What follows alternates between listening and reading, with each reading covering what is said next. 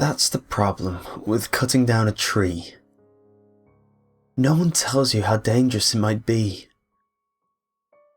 Sure, they'll warn you about falling branches and staying out of the way while the job is being done. But that's not what I'm talking about.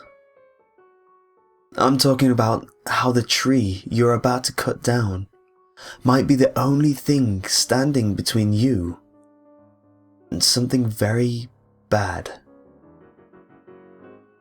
Maybe that's the reason trees have been the object of worship throughout history.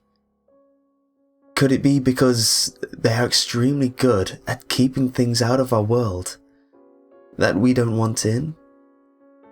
Or it could be that it wasn't the tree that was being worshipped, but rather, whatever it was, the tree was keeping at bay. Unfortunately for me, the reason our ancestors started worshipping trees in the first place is something that most of us has long forgotten. Until now. I bought the house in the spring of 2009. It was on the old Kings Highway that cuts through Connecticut between New York and Boston. While it no longer qualifies as a highway by today's standards, it's still a fairly busy road. There is a nice historical marker in front of the yard claiming that it was built in the 1700s. Of course, the previous owners, of which there were many, had made many improvements to the original house over the years, so it had an updated kitchen and bathroom. It also had a lot of old growth oak trees in the yard. I believe they are black oaks, but I've never been one to care that much about this oak or that oak. There was one particular oak tree in the backyard that was bigger and more majestic than any of the other trees in the yard. Its trunk must have measured 6 feet around, occupying the center of the backyard. All the other trees seemed to defer to it. A treehouse or a swing would have seemed right at home in this tree, but it had neither. There was a nice spotlight at its base that pointed up and illuminated the tree at night. Day or night, the oak was really nice to look at, and best of all provided excellent shade for the back deck on hot summer days. And then it started to die. I can't really pinpoint exactly when it started to die, but in the spring of 2010, when the leaves began to come out, I noticed that a couple of the top branches stayed bare. I didn't think it was cause for any immediate alarm. If they just stayed bare, I'd just have them removed. So when they were still leafless in the middle of June, I hired an honest tradesman to come over and take those branches down. He and his team made quick work of it, and I didn't think anything about the fact that they broke one of their buzzsaws on the first branch they had tried to cut off. I figured it was a tough old tree, and a broken buzzsaw was one of the hazards of the job. A couple of weeks later, I noticed that on some of the other branches on the top of the tree, the leaves had started to wilt and turn brown. As the wilting and dying began to spread to additional branches, I became more concerned. By the end of July, the bark on the branches where the leaves had first died began to slough off and accumulate at the base of the tree. It was time to seek professional help, so I called in an arborist. She examined the tree and quickly came to the conclusion that it was suffering from something called hypoxylin canker. And the really bad news was there was no known cure for hypoxylin canker once the symptoms have appeared. The disease is internal and kills the sapwood of the tree. The mighty oak was going to die within months. It was shortly after getting this grim diagnosis that I noticed something else. My wide-haired Dachshund Baxter had a habit of lying down at the base of the trees in my backyard. In the dog version of Hope Springs Eternal, he was convinced that a squirrel would one day be stupid enough to climb down the tree into his waiting paws, and bearing that, perhaps fall out of the tree.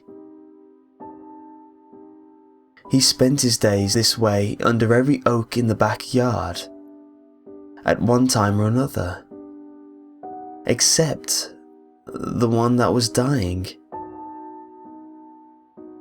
At first, I imagined that he could sense impending death in the dying oak. But that wasn't it.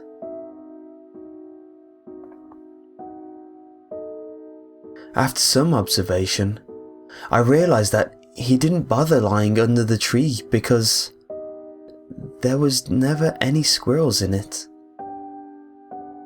I could see squirrels in every other tree in my backyard, but not in the dying oak. Not only that, there were no birds in the tree either. Not a single bird on any branch, regardless of whether the branch still had leaves or not. That hadn't always been the case with the dying oak. It had formerly been full of squirrels and birds. I considered it strange, but didn't really give it too much thought. There wasn't really any logical reason why animals would avoid a particular tree. Little did I know at the time that I was right about there being no logical reason. It wasn't the dying tree the squirrels and birds were avoiding. It was something else entirely. And as the tree died, it was closer to getting out.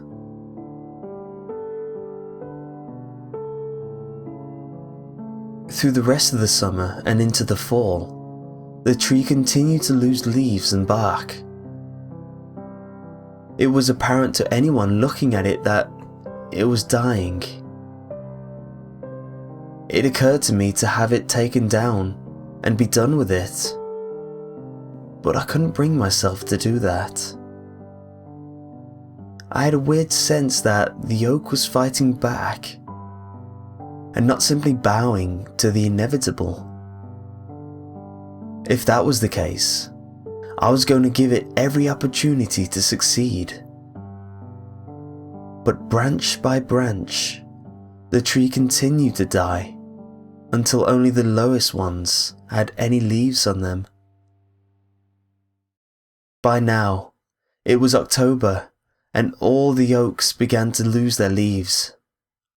So by the time all the leaves were bare, I couldn't be sure whether the dying oak was gone, or if it would once again sprout some leaves the following spring.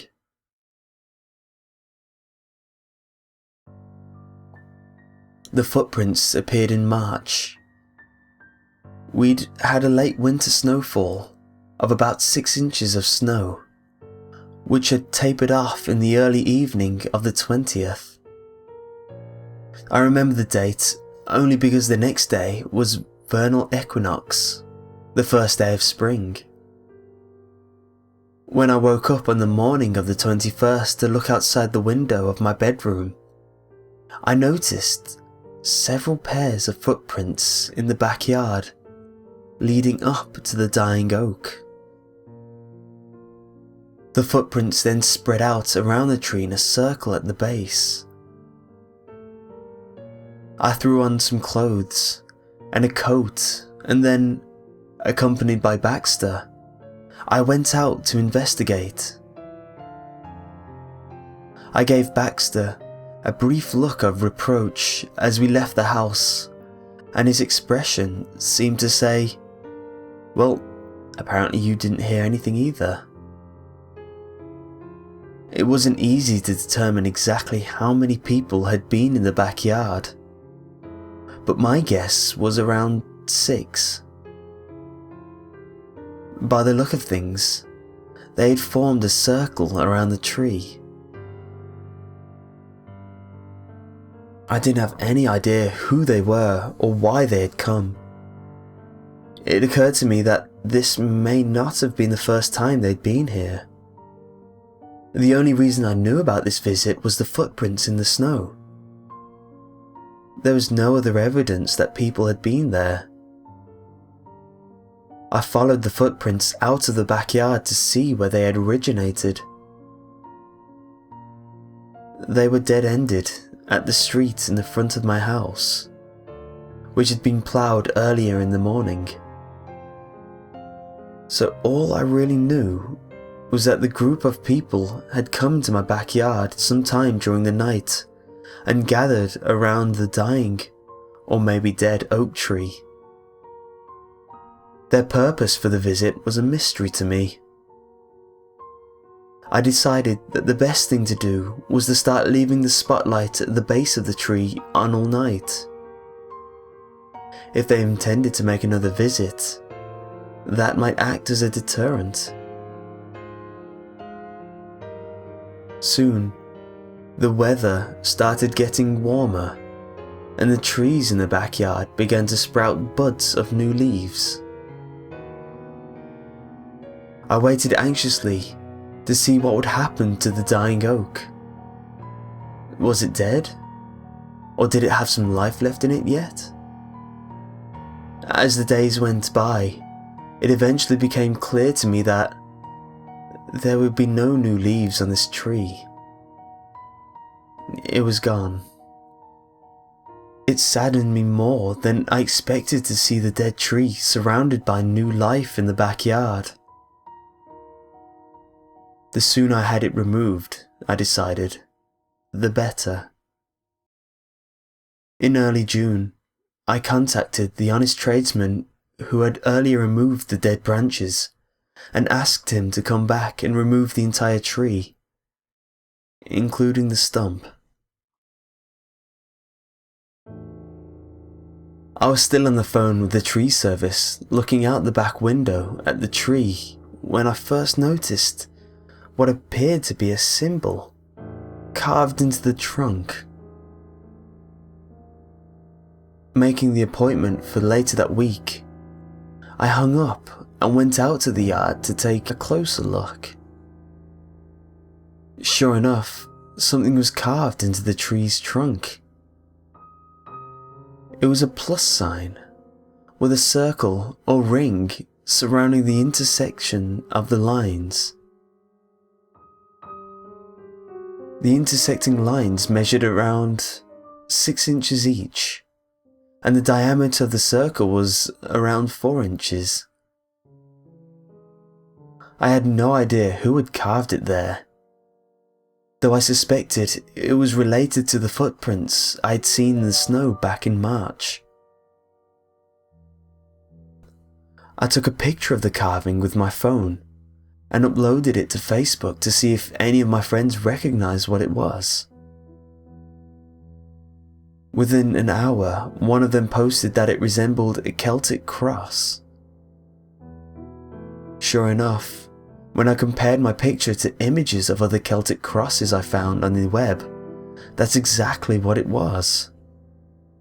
Specifically, the pre-Christian version before the cross was morphed into the Christian cross. Now that I knew what it was time to figure out why it was carved into the tree in the first place. A little research was all it took to learn that the symbol was used by pagan Celts as protection against evil spirits and spiritual dangers. Armed with this new knowledge, things began to fall into place. Or so I thought. I came to the conclusion that some local Wiccans, druids, whatever you want to call them, had zeroed in on my dying oak and come to the conclusion that it represented a threat in some way. That would explain the visit on the spring equinox. The oak tree played a central role in the druid rites associated with it. You can learn a lot very quickly with the internet. And the same folks had likely been the ones to carve the Celtic cross into the trunk. I guess that both of these actions were efforts to remove whatever threat they supposed the tree represented. My plans were a bit more modern. Cut it down. Over the next couple of days, I noticed that the dead oak started to lean to the right. Each morning, its lean was a little more pronounced. It was as if someone, or something, was pushing it out of the way. Baxter started avoiding going anywhere near the tree, which was interesting because I'd assumed the digging at the base of the tree was his work. Most of the digging was on the side of the tree, opposed from the direction which it was leaning. My mistake was to assume that something was digging into the ground at the base of the tree, rather than digging out. Frankly, it would have been difficult to tell the difference. In any case, with the lean getting worse, I grew more anxious to get the tree cut down. As planned, on Friday morning, the tree crew showed up, ready to take it down. If any of the team noticed the Celtic cross carved into the tree, they didn't mention it. They went right to work, starting with removing the top branches first. As they worked their way down the tree, I tried to ignore the growing unease I felt. It seemed irrational, but nevertheless the feeling lingered. Around midday, the tree seemed to give a slight lurch further to the right, knocking one of the men cutting the branches off balance and causing the branch he was working on to suddenly break off. It fell to the ground and delivered a glancing blow to one of the other men. It hit him hard enough to knock him to the ground, and when he stood back up, it was obvious he dislocated his shoulder. After the hurt worker was loaded into one of the trucks and driven to the ER to get his arm looked at, the remaining men went back to work on the tree. By early afternoon, the only thing left was a stump. The smaller branches had been loaded into a wood chipper and chopped into small pieces. The larger branches and trunk were cut into small logs and loaded on the back of one of the trunks. They now brought in the stump grinder and turned what remained of the trunk and visible roots into a pile of wood chips that were then shoveled into the back of one of the trucks. After that, there was nothing left to do but pack up. And as they prepared to leave, I thanked them for their work. Then it was just me and Baxter in the backyard. I walked over to where the tree had once stood. I would need to put sod over the area. It was now just a few scattered wood chips and loose dirt.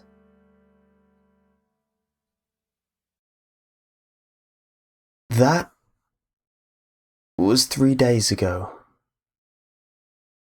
A lot has happened since then. The first morning after the oak was cut down, I noticed there was a hole in the ground where it had stood. It wasn't very large, but it looked impossibly deep. Even if Baxter had the nerve to go near the spot, it wasn't a hole he could possibly have dug. The second morning, the hole was bigger and impossibly deep. Around the edges were bits of fur and pieces of bone of some unidentifiable animal. There were also markings in the dirt that looked like it had been clawed by a very large animal. The claw marks radiated outward from the hole. I spent the rest of that day getting bags of dirt from Home Depot and filling in the hole. Only it never quite filled up. That was yesterday. This morning, I woke up and found the hole was back and bigger than ever. There were footprints of several different people in the dirt around the hole. It wasn't like the time they had appeared in the snow. Rather, it looked like there had been some kind of struggle. The only other thing I found in the dirt was a necklace with a Celtic cross hung from it. The necklace was broken, but I put it in my pocket anyway. That was 12 hours ago. As it got dark, I started to hear noises coming from the backyard. Baxter didn't come back from his after-dinner trip outside, and didn't come back when I called him. I did eventually hear him start barking, and it wasn't a confident sounding bark. Baxter sounded terrified. I'm beginning to suspect that it was never the tree that was the danger. The ceremony on the spring equinox, the Celtic cross carved into the tree, were both designed to give it the ability to continue its job as a jailer, even if it died. Cutting it down was likely the last thing I should have done.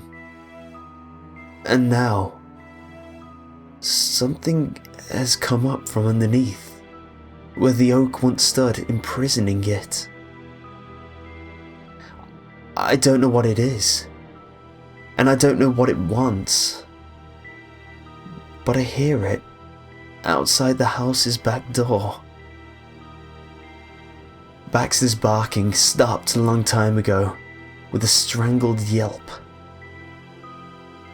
Maybe between the broken buzzsaw and the dislocated shoulder, the oak had been trying to tell me even a dead tree is better than no tree. I don't think I'll ever know the answer to that.